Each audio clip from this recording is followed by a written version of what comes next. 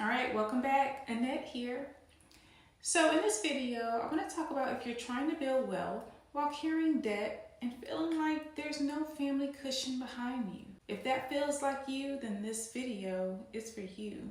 Now, many people hear advice like invest more, buy a house, start a business, and save 6 months of expenses. And yes, those goals do matter, but that advice can feel disconnected when you're just trying to keep up with the bills, pay down debt, and avoid falling backward every time life happens. So in this video, I want to make it simpler. If you, yes you, are starting with debt and there's no family safety net, here are the first 3 moves I would focus on to begin building wealth in a real and steady way. So the first move is to get clear on your cash flow. Not what you think is happening with your money, not what you hope is happening. What is actually happening with your money? You need to know how much money is coming in, how much is going out, what bills are fixed, what expenses change every month, and what is left after everything clears. Because when you do not have a financial cushion, confusion is expensive. So if you're overspending and do not realize it, your debt grows. If your bills are too close to your income, one surprise can throw everything off. If you don't know what is left over, you really can't make a plan for saving, debt payoff, or even investing. So before you do anything else, sit down and look at the numbers. Write down your monthly take-home pay. Write down your required bills. Write down your minimum debt payments. Write down your variable spending like groceries, gas, eating out, and household extras. Then look at what is left. That number is your truth, and that truth gives you a starting point. Now I want to say a budget is not about punishment. It's about clarity.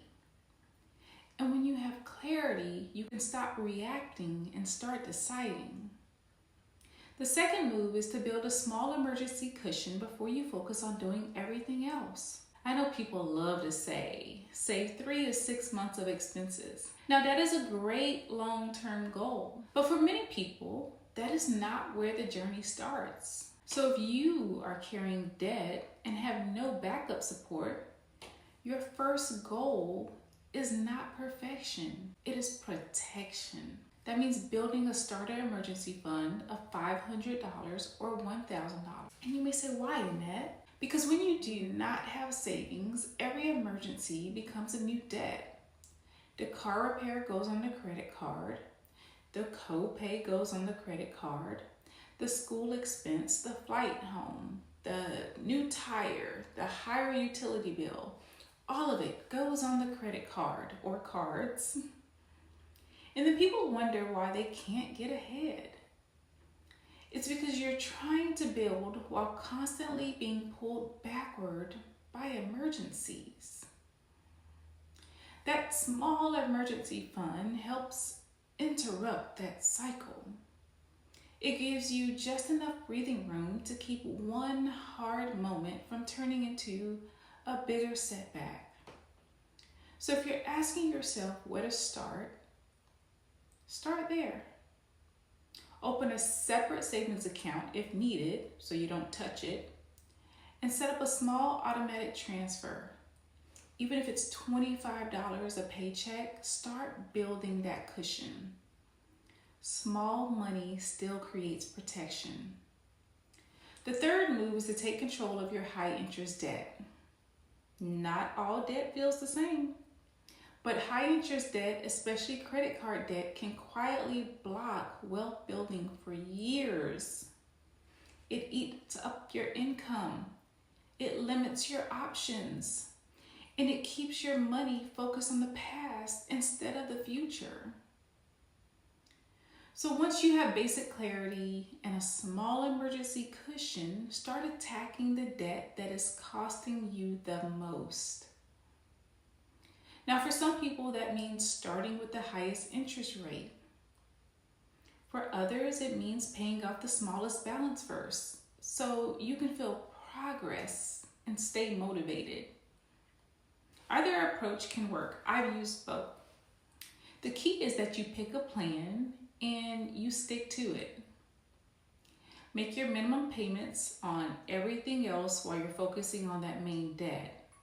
Then put every extra dollar towards your target debt. When that one is gone, roll that payment into the next one.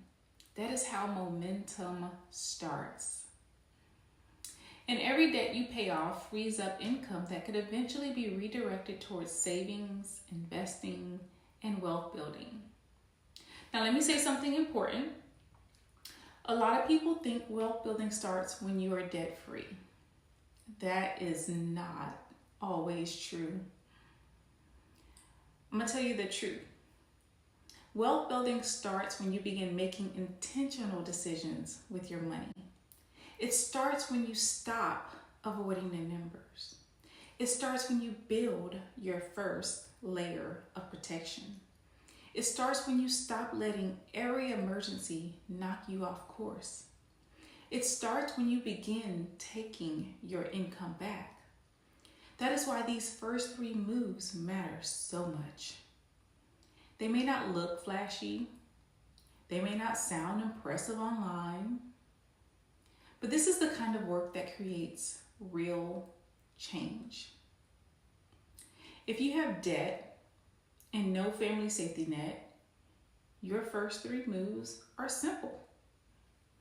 Get clear on your cash flow.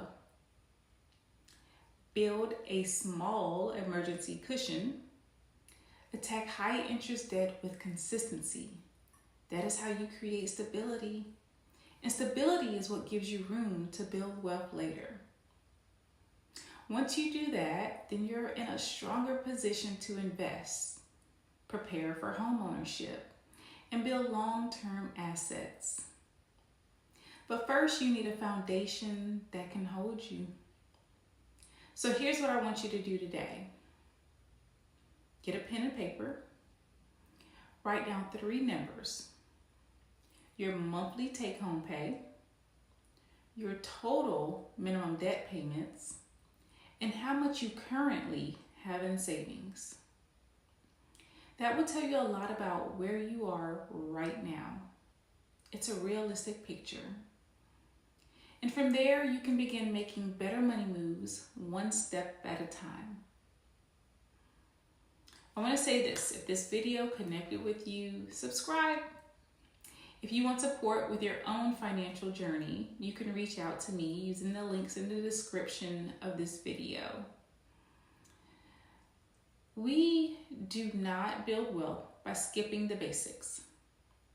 We build it by getting stronger at the foundation first.